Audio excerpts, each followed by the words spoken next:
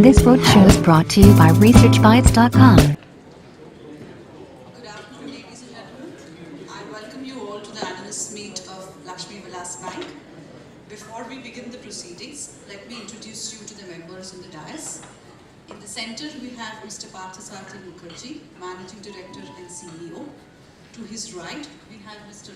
Palani Appam, Chief Financial Officer. To his extreme left, we have Mr. Vidyasagar, President, Retail Banking. To his extreme right, we have Mr. Meenakshi Sundaram. He heads the Wholesale Banking.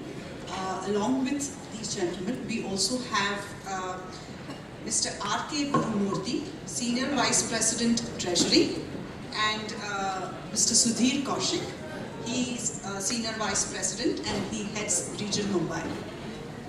I would like to welcome you all and begin the proceedings. Our CFO will make an investor presentation. We will have a round of question and answers towards the end of the presentation.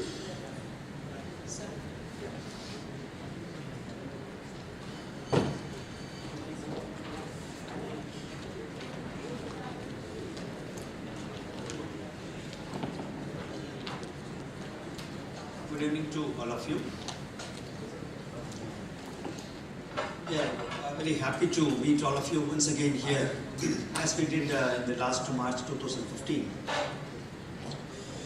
I think many of you would have attended the meeting what we had in March 2015, the same Nariman Point Trident. Every quarter we have been answering the various queries raised by the analysts and investors over a conference call.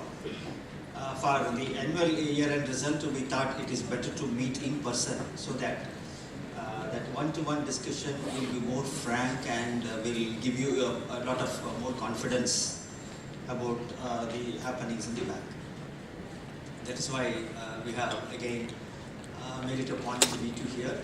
We released our results on 27th. In fact, we had originally planned to have this meeting on 29th. But unfortunately, because of non-availability of the venue, the meeting got postponed by a few days. First, I'll give you a small presentation on the financial results and also on some other points. In case you have any questions, you can just make a note, and after that you can raise the questions. All of us will be in a position to answer to your satisfaction.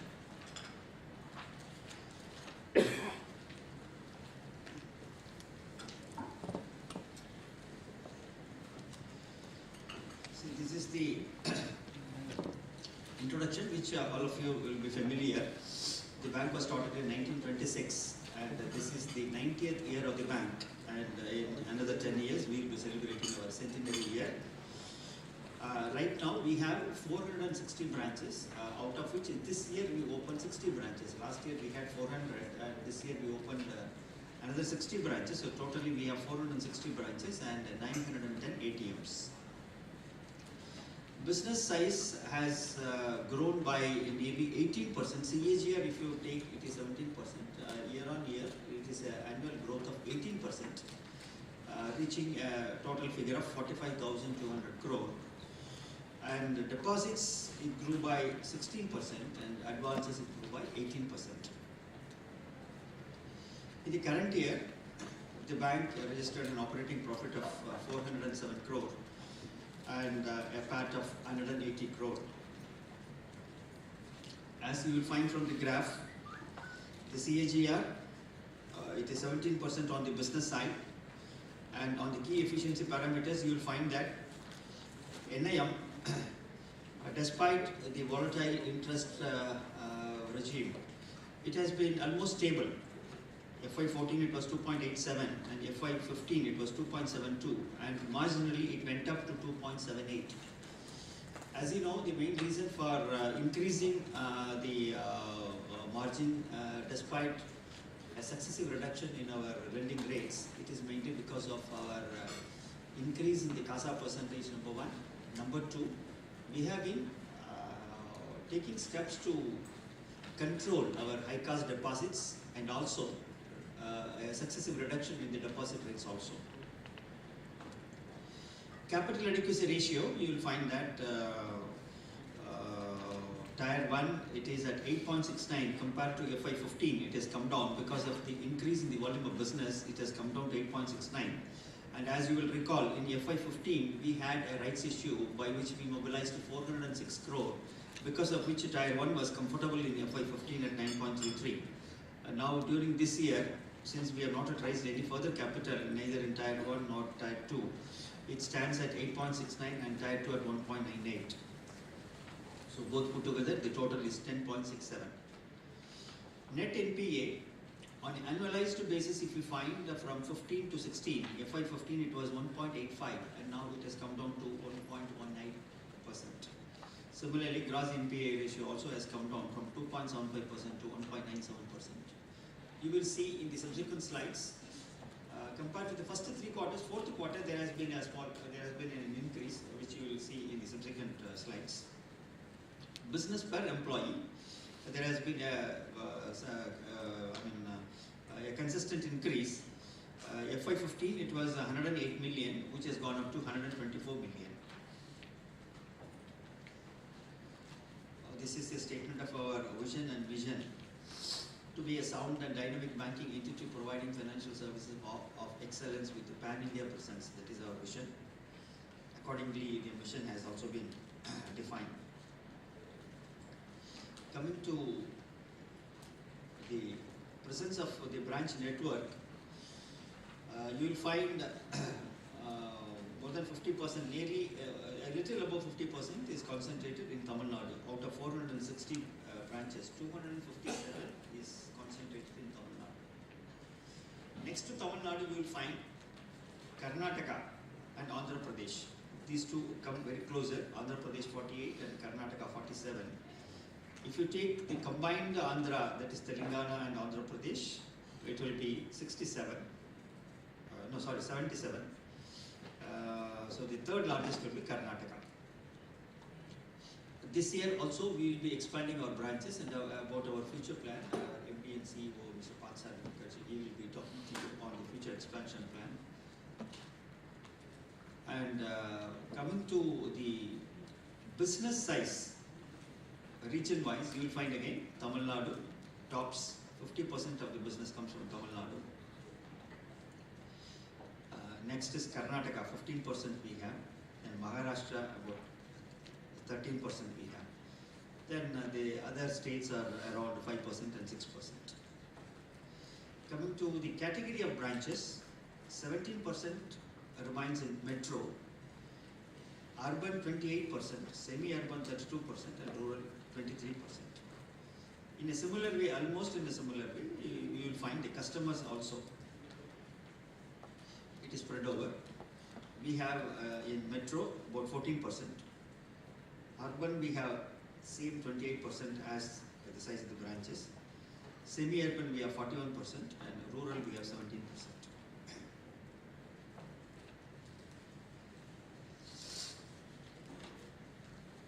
Here, this is the shareholding pattern as of 31st March 2016. Largely it is held by the public, that is 74% is held by public. Promoters share, it continues to remain at the same 9.66%. FII holding remains at 11.64%. And institutional holding is a smaller amount of 4.38%. The book value is nearly 89 rupees. If you take the adjusted book value, it will be 78 rupees. EPS 10 rupees and 5 paise.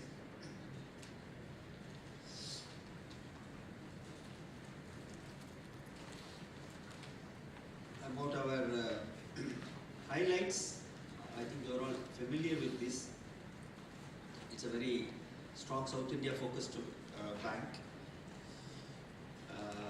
Our brand loyalty is so strong in the southern part. Even if the interest rate is a little competitive with the other banks, our customers will not move to those branches. So that is the kind of loyalty we have in the southern side. Similarly, the business and growth, the growth record, you will find that last 8 decades, we have been able to show a continuous, consistent growth. without much fluctuations. With the well diversified retail book, we are able to show a good growth in retail and also MSME business. Last 2 years, we have shown a good growth in retail and MSME. In risk management control, we have made a lot of improvements, and the risk control has been appreciated by the regulator also. Similarly, on the technology platform, you will find all new latest products are available with us. Any kind of new thing like mobile banking we launched this year. So all sorts of technological improvements, we have ensured that it is available with the bank. And we have a strong management expertise. Apart from the LBB own employees, we also brought in experts from other banks who have very strong expertise and depth of knowledge in certain specific areas. So because of that leadership, we are able to show a good progress in the respective areas.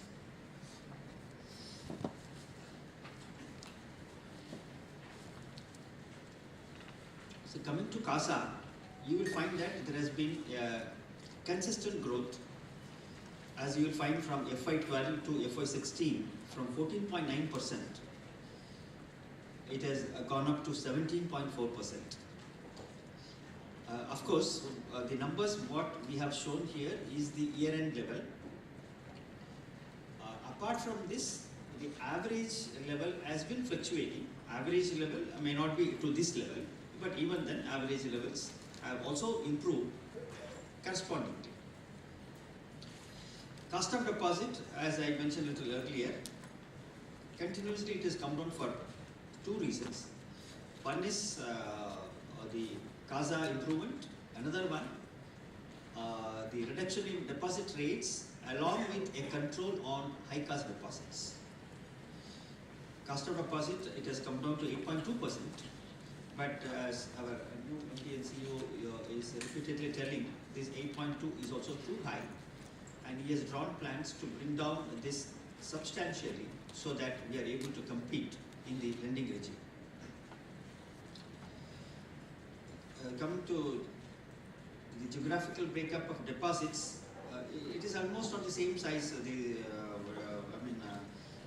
As we saw the total business, here also you will find from Tamil Nadu we get over 50%, nearly 51% comes from Tamil Nadu.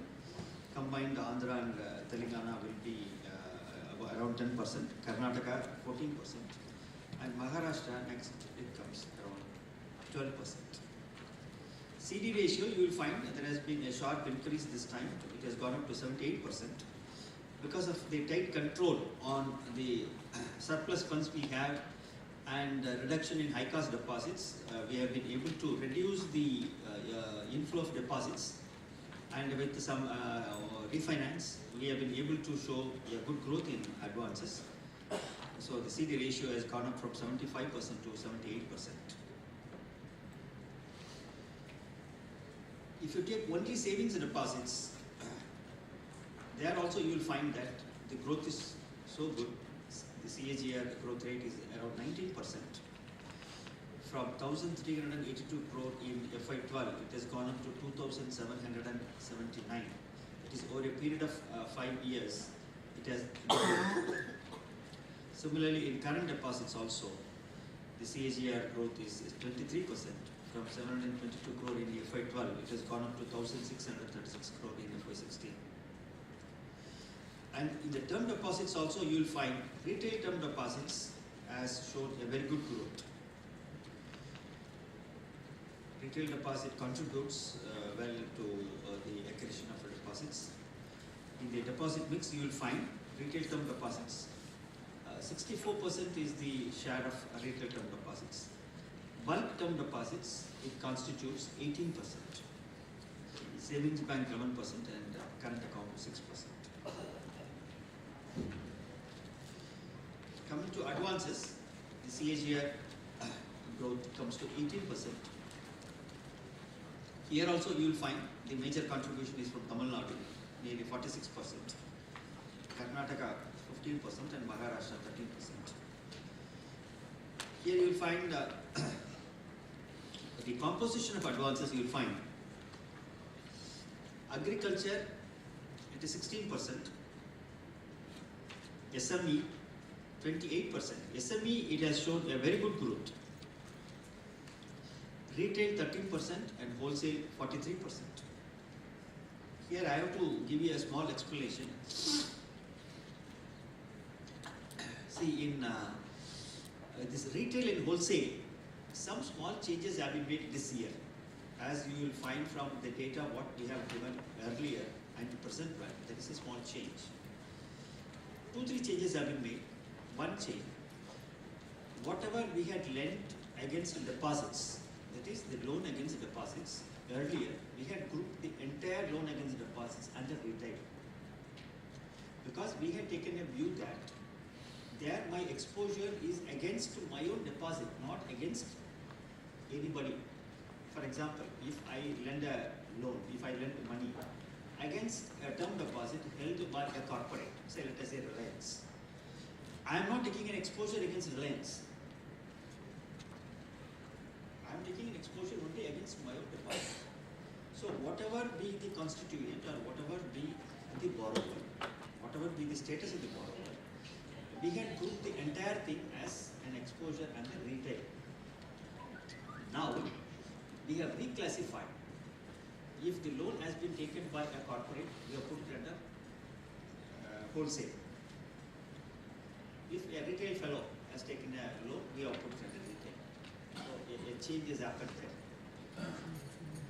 Another change similarly on this Lakshmi Business Credit, a very successful product in our bank, where we lend to business people with collateral, 100% collateral security.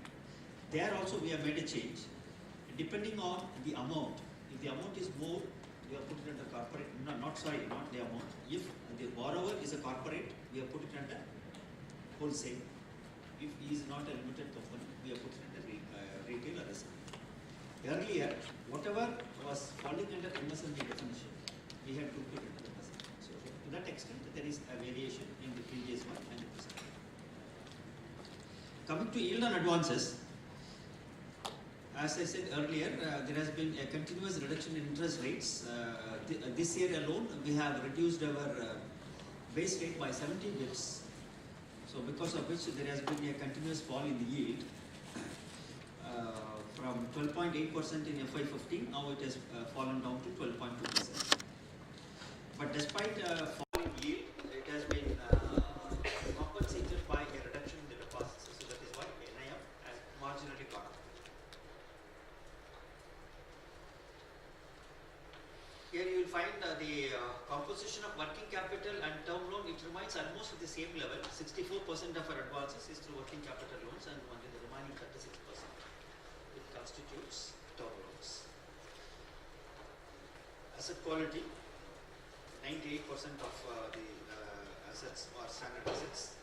Substandard is 1.08 and the remaining and all, it is less than 1%. Doubtful 1 is just 0.21, doubtful 2 0.34. Doubtful 3 is almost nil. Loss assets 0.34. Coming to advances distribution, you will find that it is very fairly distributed. There is no concentration on any one particular industry. Here you will find that services, it constitutes 35%. So that is why a breakup is given there. Out of 35, trade constitutes 16%, commercial real estate 6%, NBFC 5%, and the remaining other residual category comes to 6%. Otherwise, in the industry, if you take the topmost one, it is infrastructure, which accounts for 7%. Again, under infrastructure, transport roughly 2%, energy 3%, others 2%. The next one is textiles 4%, metal and metal products 4%, remaining and all is around just 1%.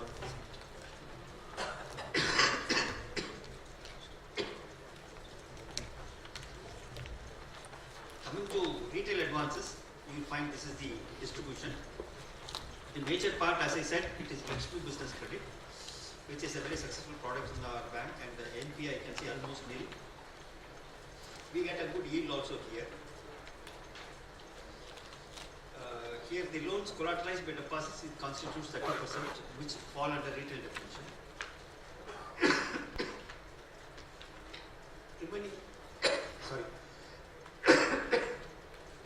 Remaining you will find a very smaller portion only. See, for example, you will find auto loan just 1.24%, housing 7%, gold loans which does not fall under agriculture definition, it comes to 5.23%.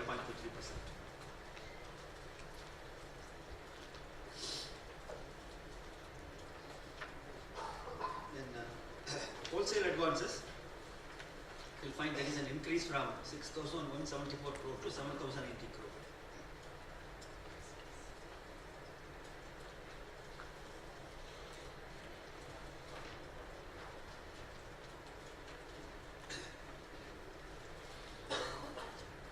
Agriculture, we have been able to maintain the stipulated minimum requirement of 18%.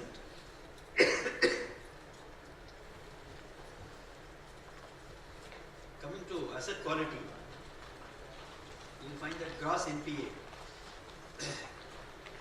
quantum wise, gross NPA from 454 crore it has come down to 391 crore.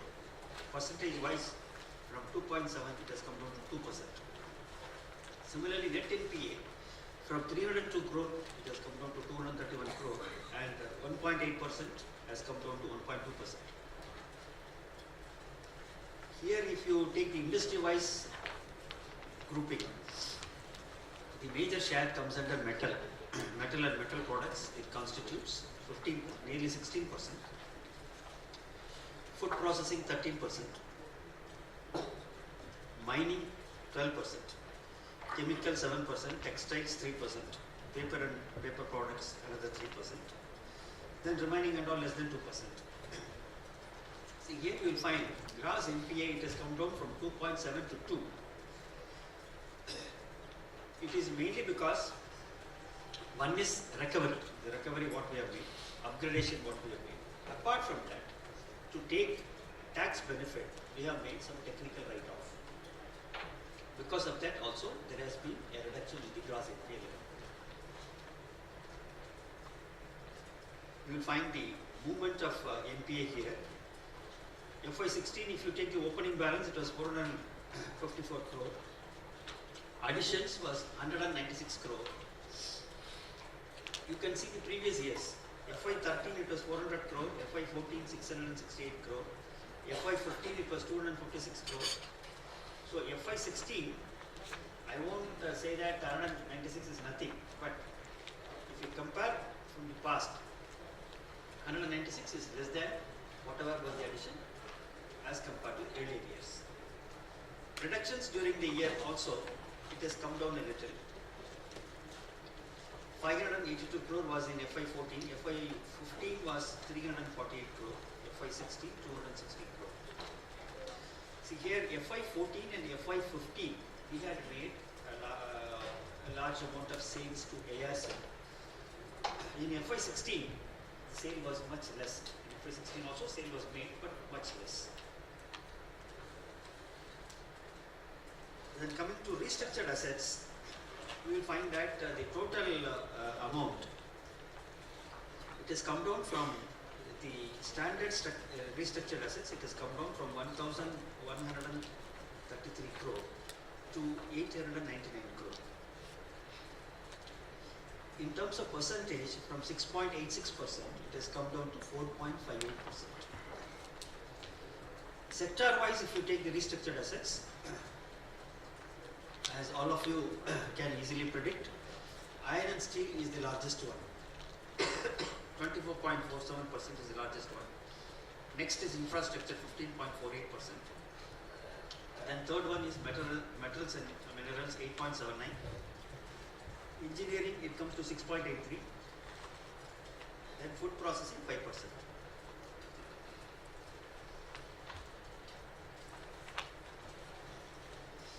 This is the NPA position category wise.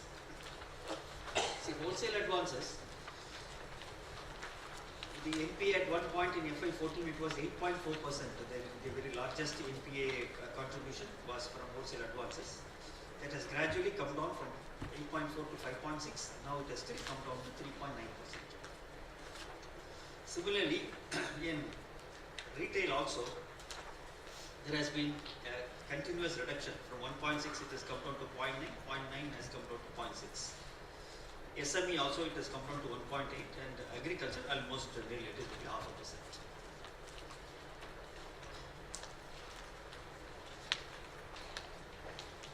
Net interest income, as you can see in the last 4 quarters of 2016, continuously there has been an increase.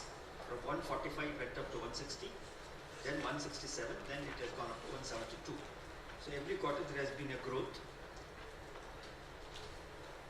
Profit after tax also, all the 4 quarters there has been a consistent increase. So sequentially you will find a growth every quarter. 40 crore went up to 44, then it went up to 46, then it has gone up to 49. If you take ROA also, every quarter there has been a good increase. 0.65, 0.71 and 0.70 and 0.72.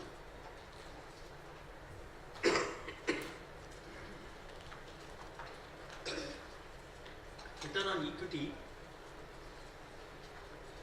you will find now it has gone up to 12.27.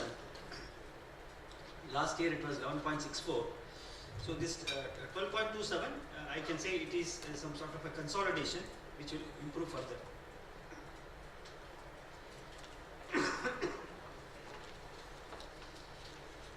As I already mentioned, the NII has been continuously rising. The CAGR it accounts for 15%. Similarly, on the operating profit side also, it has been continuously on the rise with the CAGR growth of 15%. PAT, only FY14 was a dip.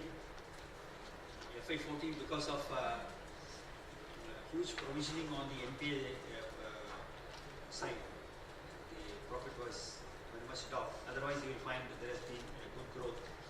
Last year it was 132, now it has gone up to 180 crore.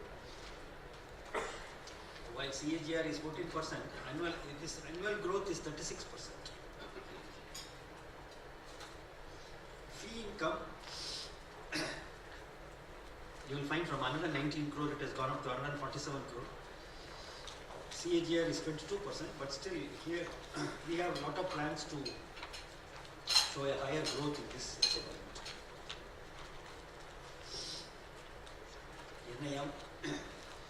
NIM, as we saw earlier, from 2.7 it has gone up to 2.8. Similarly, on the return on equity, as we already saw, from 11% it has gone up to 12%. Total net worth, it has improved. This year you will find that the total net worth, there is a small fall from 1,477 to 1,430. That is mainly because the sale what we made to ARC, there is a carryover loss which is kept aside. 96 crore is kept aside, which will be amortized during the 4 quarters of the current year. So that has been knocked off from the net worth, so that is why there is a fall in the net worth. ROA we have already seen on an annualized basis from 0.61 it has gone up to 0.70. Capital adequacy also we have already seen. This is one disturbing number for our bank, cost to income ratio. For cost to income ratio, it has gone up from 53% to 57%. 53 itself is high. We wanted to bring it down to at least 50%, but this time it has gone up to 57%. For this mainly I can give you 3 reasons. One is on the employee side, because of this bipartite settlement, while making the actuarial valuation, considering the increase in the basic pay, the pension liability had gone up by 14 crore. So the 14 crore was a one-time hit. Second one, last year when we changed the method of depreciation from return on value method to straight line method following the change in Companies Act 2013, we had a benefit of around 11 crore in the depreciation. So last year depreciation for the whole year was only 14 crore, whereas this year, current year, the depreciation was 37 crore. From 14 crore, we had to take a higher debit of 37 crore. These two these two costs alone have increased our cost to income ratio by around 4%. But for which we would have maintained almost at 53, but our plan was to bring it down to 50%. This year, this one-time hit of actual valuation won't be there because 9th by-quarter settlement revision has been taken into account. So again, that kind of a hit won't be there. But depreciation will continue to remain at 37 crore this year also, because it is on the same method we are doing the depreciation. We are making a lot of efforts. We have made plans in the 16-17 corporate plan. We have already taken this into account, and our aim is to bring it down to 49%. Though it appears to be a big challenge, but certainly it will be possible. On the one hand, we will reduce the expenditure, but I can assure that expenditure side is almost under control. Once we are able to increase the fee-based income and to some extent the net interest income, we will be in a position to bring down this cost to income ratio certainly to 50% this current year. Operating profit as a percentage to average working funds, you will find from 1.7 it has come down to 1.6. That is mainly because again there is a change in the methodology. In the operating profit, what we have done till last year, or even till December 2015, the provision what we made for leave encashment, we have been showing it as a provision. But late December, SEBI issued a format for publishing the financial results, where they have specifically made a footnote. All employee-related expenses should necessarily be clubbed with establishment charges only. So we have shifted this leave encashment provision from the provisioning, that is below the line, to establishment charges. That is about 8 crore. So that will reduce the operating profit. So net profit will not be affected in any way. Operating profit will be affected. That is one reason. Another one, average working funds have also gone up. So that is why the operating profit as a percentage to average working funds, it has come down from 1.7% to 1.6%. Or I can say almost at the same level. Investments, you will find the yield. We have been able to somehow protect the yield. Current year yield is still above 8%, 8.02, despite a very volatile interest rates structure. We have been able to maintain this 8 plus level.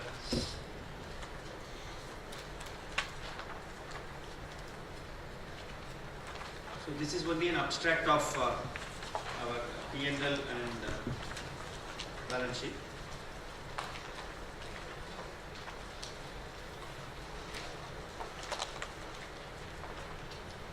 This is given in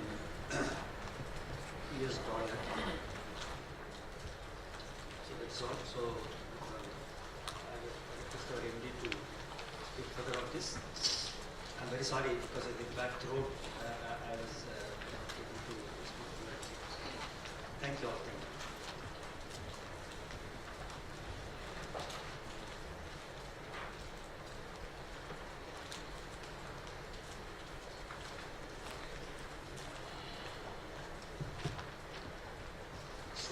You've seen the numbers and broad outline given by Ms. Palaniappan, and I must say that I've had an opportunity to see the bank over the last 3 months and have come to appreciate the immense strengths that this organization brings to bear.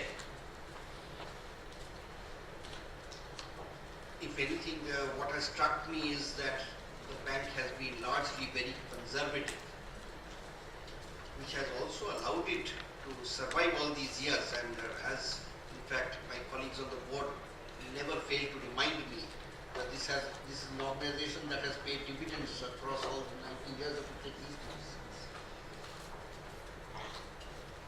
The point that arises now is that where we will go next, and the entire team has been working on that, and during the day I expect to answer some of your questions on that. But I must tell you that I have been quite impressed by what has been put together by the team over the last 1 year and last couple of years under some very difficult circumstances overall for the banking system. We'll be open to questions that you might have. My colleagues and I would be glad to answer them. We'll now have the Q&As. I would request the people who have questions to first identify themselves with their name and organization number. Take the organization and person's name.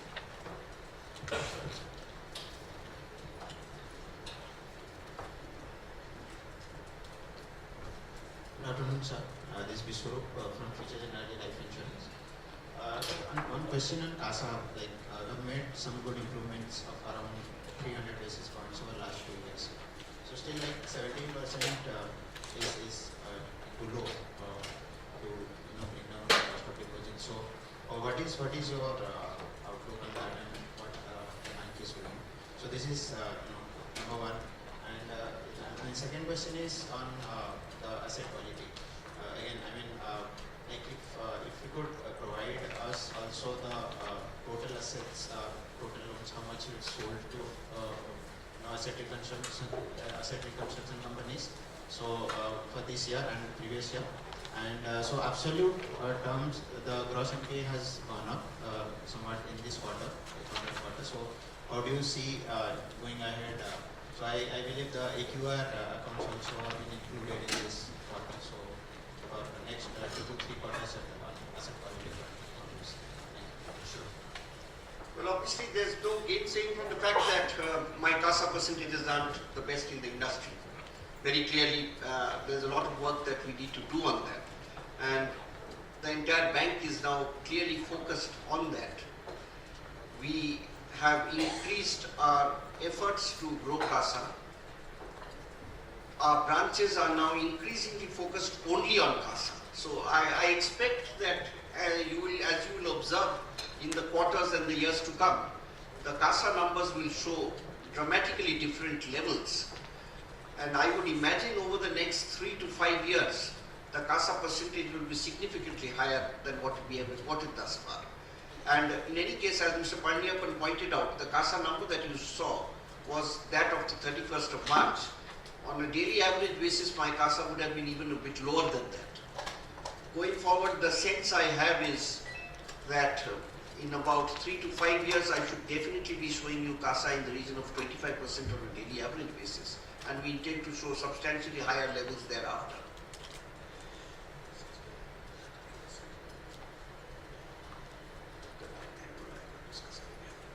Now, you raised a question about asset quality. We'll give you the ARC numbers, but before that, a word of explanation as to what has happened and so on.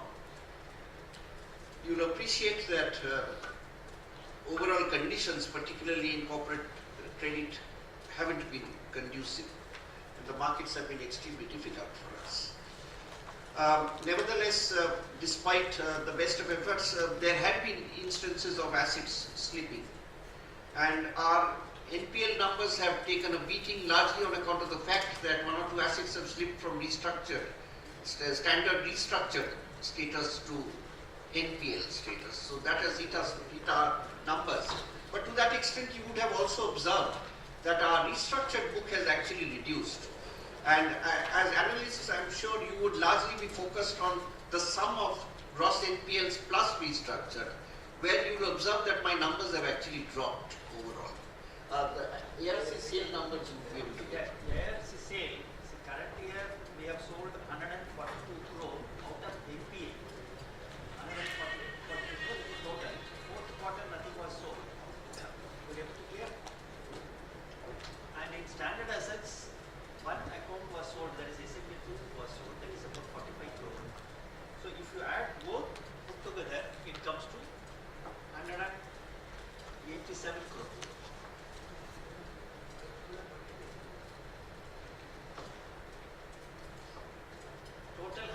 127, out of which 142 crore is the NPA.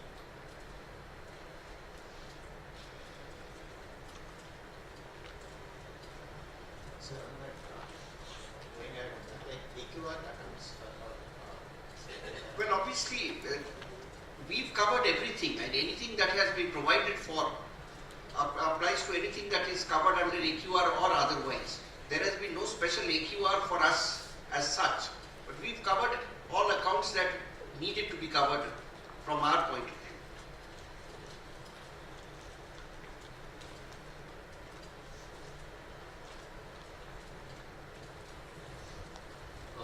Sir, about 4 concerns that we have about LUP, and just want your views as to how do you look forward to resolve this, or in fact what is your view over there. So one is the lower capital adequacy. So despite we already running into very low tier 1 capital, we chose to grow at about 20% for this year. So why so? And what are the plans to raise capital in next 12 months? Apart from that, the second concern is about the loan portfolio if you look at. So we also again remain largely corporate banker. Despite if you look at when we look at the peers, they would be more on the retail side. Like we take an example of CUB, or for that matter, even DCB would be largely into the retail or the SME or the micro SME kind of or a business banking kind of a category loans. Whereas we've been largely into the corporate. And the earliest CEO, Mr. Rakesh Sharma, so again he chose to grow on the corporate side, which was very surprising the moment he joined the bank. So what is your observation over there? And you also coming from the corporate background, so what do you think over there? The third thing is that if you look at the asset quality, so good that we have recognized some pain in this quarter. Otherwise, if you look at the run rate of the slippage that we were showing, that was surprisingly very low and unbelievable. So do we have more stress in pipeline which we need to recognize, or any plans to sell off some of these large exposures which we still carry on the books and which are also part of the lumpy exposures or some of the over-leveraged groups for the large banks? Third. Fourth is basically the frequent management changes that we have seen in the bank. So what do you think about that? Why that happened and why it won't happen at least for next 2 years? Good. We'll start. Shall I start with number 4 first? Yeah. So I'll choose not to answer if you don't mind. Now my point is frequent management changes. Till I move out, I can't tell you that I'm moving out. You will appreciate. So, but on a more serious plane, look, I can't speak for what has happened in the past. But what we can do is talk about the future. My team and I are quite enthused by the opportunity that we have before us. At this moment, I don't foresee a situation where I should be packing and coming back. I've spent a lot of money moving from Mumbai to Chennai. I'm trying to get used to Chennai. In fact, you should be asking me whether I'm learning the local language yet. It's a bit tough actually, but one will even try to. But I certainly have no plans immediately to call it quits out there. My background is that of a trader, and the treasury people don't quit easily. So I'm not in a hurry to quit. Now that's that. But let's come to the more difficult ones actually. Low capital adequacy and capital raising plans. Yes, our capital adequacy isn't comfortable clearly, and our future growth plans will always be circumscribed by the level of capital adequacy that we maintain. Very clear. We have growth plans. So very clearly we will need to raise growth capital. We are engaged in this, and I have reasonable comfort that sooner rather than later we will raise capital. So I don't anticipate a situation where our growth plans will be affected by inadequacy of tier 1 capital. We will certainly be focused on that, and I think I have reasonable comfort that it will come. So that will definitely happen, and clearly going forward, I don't think we'll even reach a stage where we will be hitting the threshold. The bank, in due course, we have plans to lay down our risk appetite, which will include even issues like tier 1 capital threshold. We will never let ourselves reach a situation where we'll be so low. So that will take care of. The loan portfolio and your question about large lending and my own background. Well, I must assure you, I'll again not comment on what might have happened in my predecessor's time. I mean, clearly the banks at different points of time have different points of view. But at this moment, we are definitely focused on running a very profitable book. Our own understanding at this moment is that the bank has immense strengths in the area of SME and retail. So going forward, our business plan is focused towards growing more on the SME side as well as the retail side. And I think going forward, when you see our numbers, you will find that the tilt is very clearly on that side. Wholesale lending actually has many advantages, and I dare say there is a tendency on the part of managements to tilt towards wholesale lending because it does tend to give you big tickets. So when I need to achieve my budgets, at times one tends to go towards that. But if one has a proper business strategy which will otherwise suffice, one needn't tilt towards wholesale lending. So I think going forward you will see us lending less or in the near future towards wholesale. I think I answered. Yeah. So can you just put some number to the capital raising plans that you have, anything that you have in your mind? If you don't mind, I'm going to keep it reasonably vague for you. But my sense is sort of dilution up to 25% is possible. And you would like to take the capital close to about 10 to 11%. Hopefully. And apart from that, on the loan profile, so you said that the wholesale book would come off and the retail and the SME book would grow. So any percentages that you have in mind from next 2 to 3 years perspective where you would like this percentage to be? The way I put it is that SME and retail will grow at a relatively faster pace.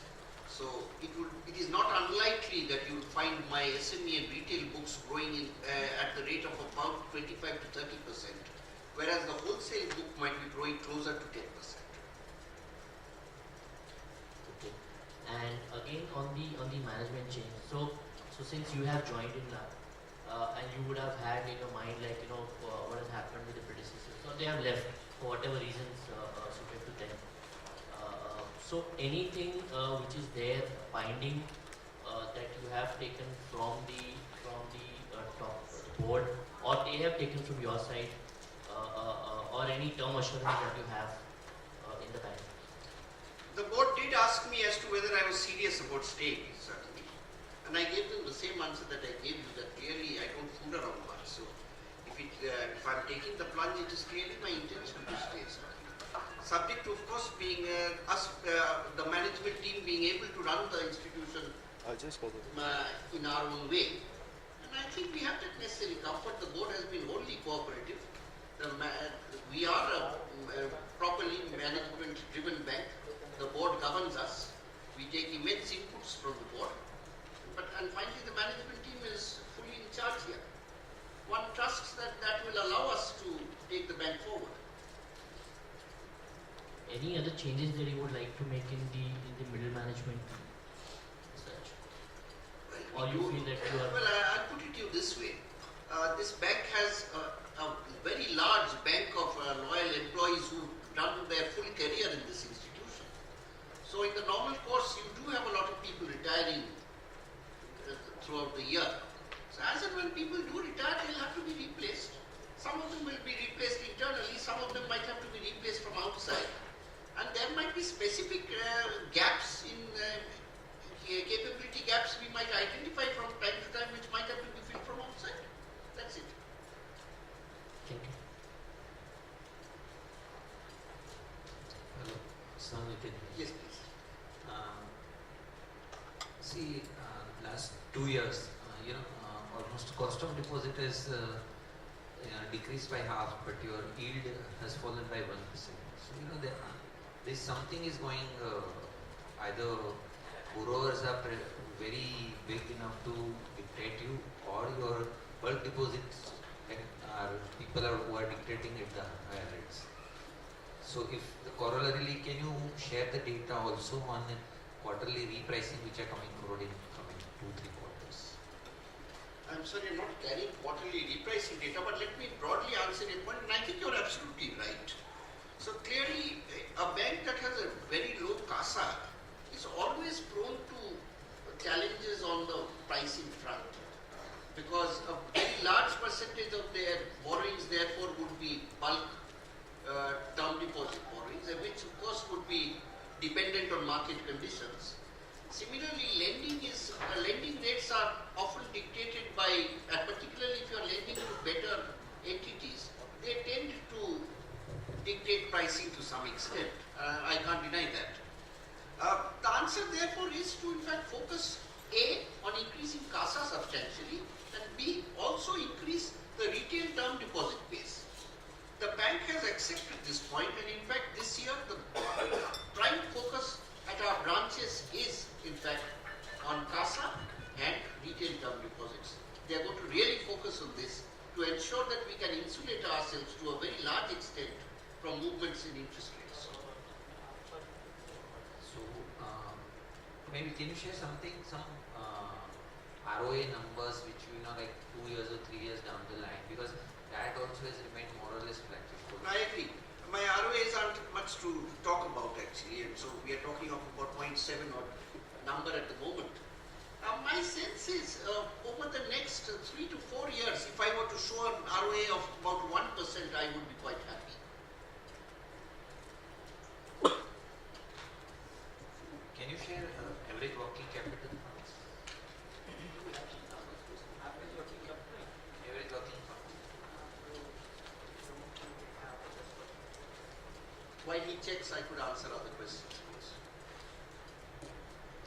Yes, please.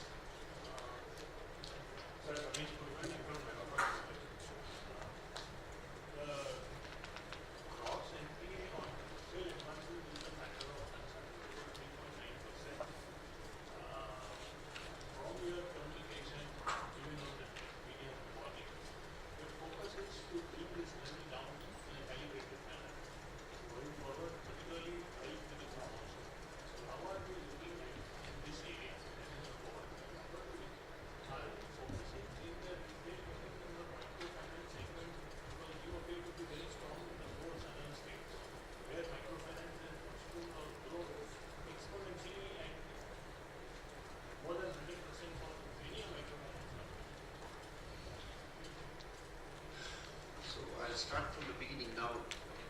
Yes, large lending hasn't done all that well in the past, perhaps, partly because of conditions prevalent at that time. There has been exposure to metals and so on, a bit to infra.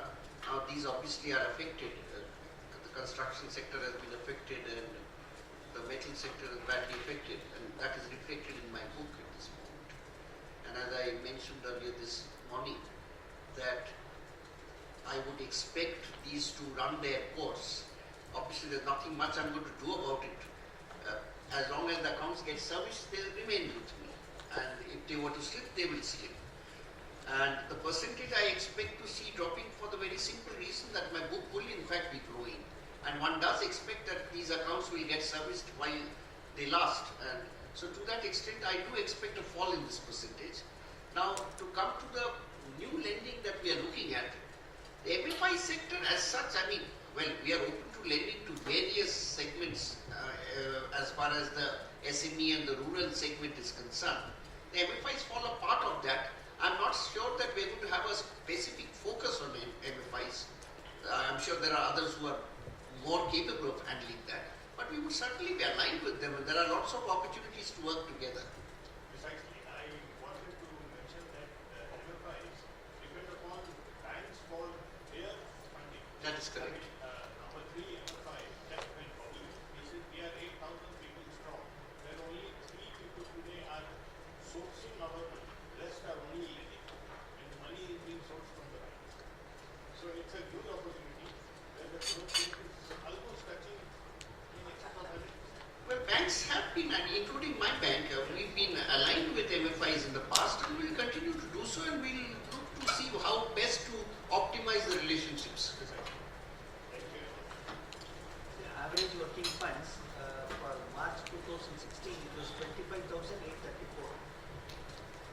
25,834 crores.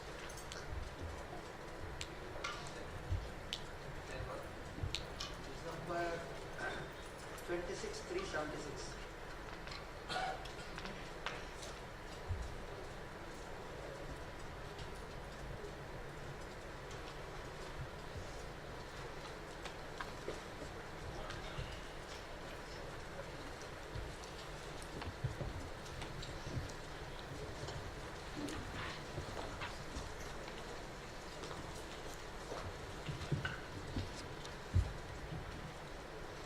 Kaushal from India Ramesh. Sir, again, question on asset quality side. If we see our outstanding restructure book, no doubt in percentage terms and absolute terms it has reduced. However, even as of FY16, 50% of it comes from steel, infra and metal.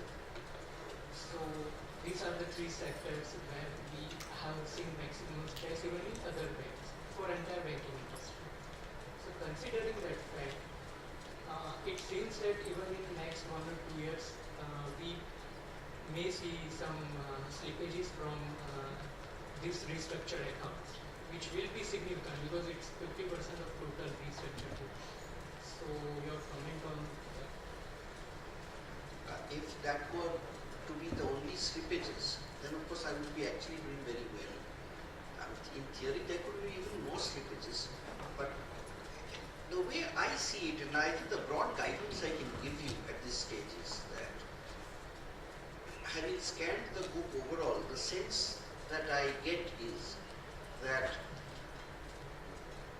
our gross NPL numbers, which we reported at the level of 1.97 at the moment, should remain around here. As I mentioned, since our base is small, 1 or 2 slippages here and there probably do create a spike here and there, but my sense is overall should remain around here. It could marginally edge up if there were to be a sharp movement. But I don't really anticipate a situation where that number will spike up significantly. So that's the broad guidance I can give you, having seen the book.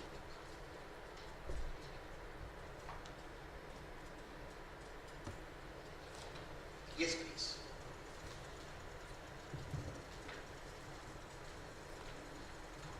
So the geographical breakup as far as lending goes shows that there is a huge concentration in a few states.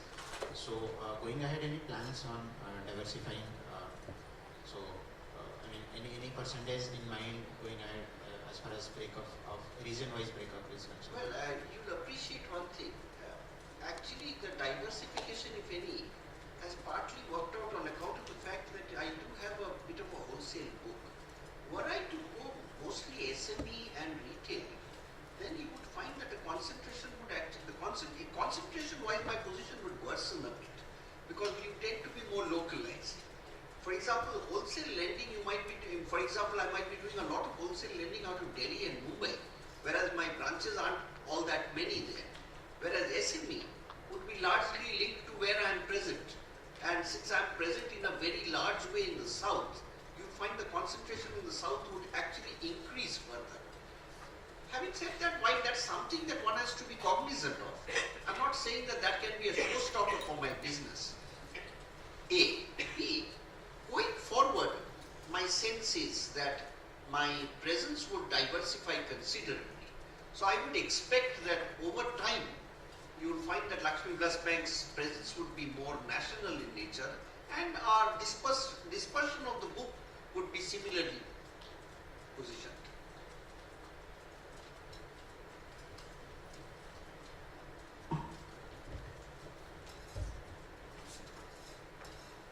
On behalf of the management, I thank you all for joining us for the analyst meet. Please join us for some tea and snacks. Thank you.